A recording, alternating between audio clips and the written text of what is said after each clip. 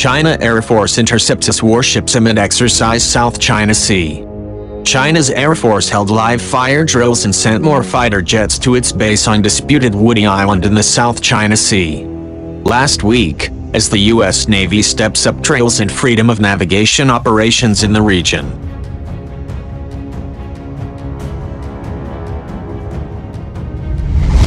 The People's Liberation Army Southern Theater Command conducted the drills on Wednesday and Thursday last week, with more than 3,000 missiles fired at moving targets at sea, state-run China National Radio reported on Sunday. It did not say where in the South China Sea the exercises were held.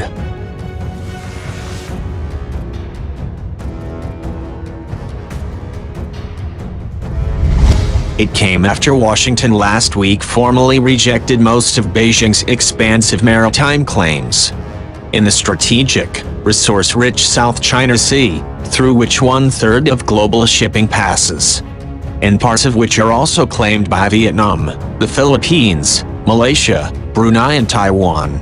The tougher the U.S. line has worsened tensions between the two superpowers, and Chinese military experts say it could push the People's Liberation Army to conduct more frequent drills in the region.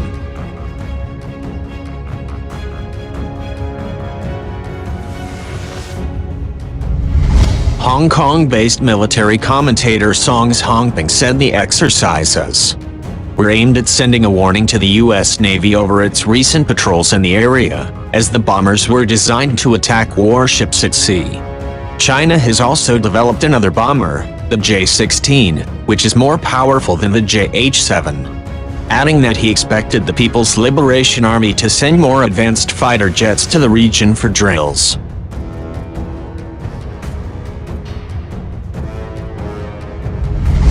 Zhou Chenming, a researcher with the Yunwang Military Science and Technology Institute in Beijing, noted that naval drills in the South China Sea and high-altitude operations were a key part of the People's Liberation Army's combat readiness training. State media reports from the Chinese drills followed the U.S. Navy on Friday, saying that two of its aircraft carrier strike groups, led by the USS Nimitz and the USS Ronald Reagan, had conducted dual exercises in the South China Sea to boost their combat readiness for the second time in 2 weeks.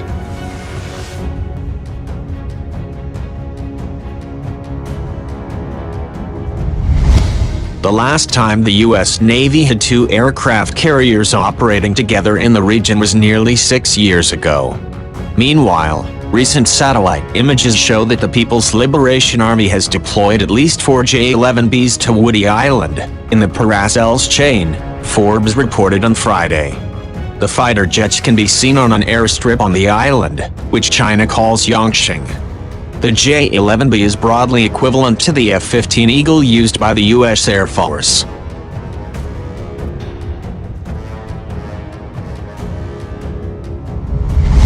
China's Air Force conducted a similar live fire drill involving its JH-7 bombers in the South China Sea in 2016, after the U.S. supported a ruling in favor of the Philippines by an international tribunal at The Hague. The ruling, which Beijing has refused to recognize, invalidated China's claims to the waters based on the so-called 9-dash line that appears on official Chinese maps and encircles much of the South China Sea.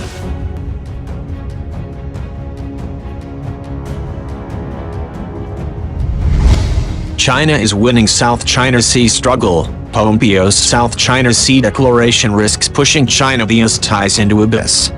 On July 13th, the U.S. State Secretary Mike Pompeo issued a public press statement entitled "US Position on Maritime Claims in the South China Sea." Although there is nothing new in the content of this sort of message, the statement inevitably caused panic speculation, because it was issued by the U.S. Secretary of State at a time when the relations between Beijing and Washington plummeted.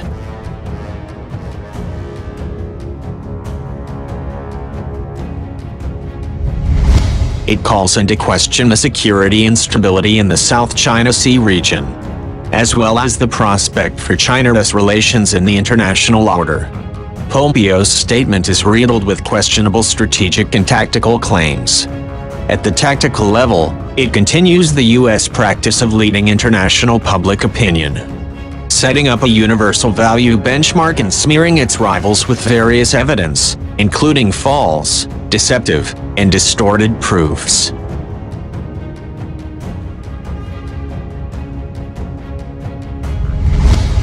Generally, the U.S. strategy against China won't allow Washington's absolute predominance in the current world order to be changed by China's rise. Therefore, the U.S. has been close to a strategic point of no return with a number of tactical pressures it has placed on China. Pompeo's statement is once again using salami tactics around the strategic line between China and the U.S.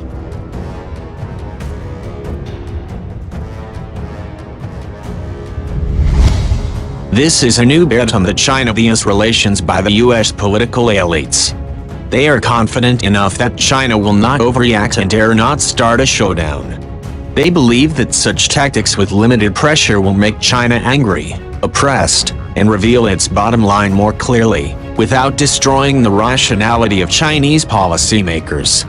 This public statement maliciously creates a dark image of China's alleged intentions to dominate the world and threat from the South China Sea.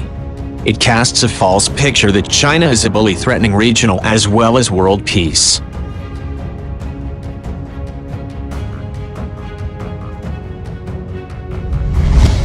Pompeo is a politician who openly preaches lies and conspiracies. He is good at playing these political tricks. Could push China-U.S. relations into even more terrible situation. Given the complexity of China-U.S. relations and information asymmetry between the two countries, the possibility of strategic misjudgments will increase. This could ignite powder kegs. History has proven more than once that this sort of tragedy arises from such strategic misjudgment.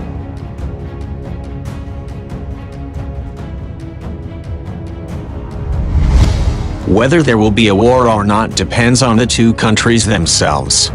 If China and the U.S. break up, neighboring countries in the South China Sea will be the first to be overwhelmed. Neutrality will no longer be these countries' firewall. But if they chose one side or the other, they will suffer severely. Pompeo's statement shows that the U.S. policy in the South China Sea has changed from military pressure into a comprehensive suppression combining military action and hyping public opinion. This is an escalation of the U.S. tactical pressure on China, and especially on the South China Sea issue.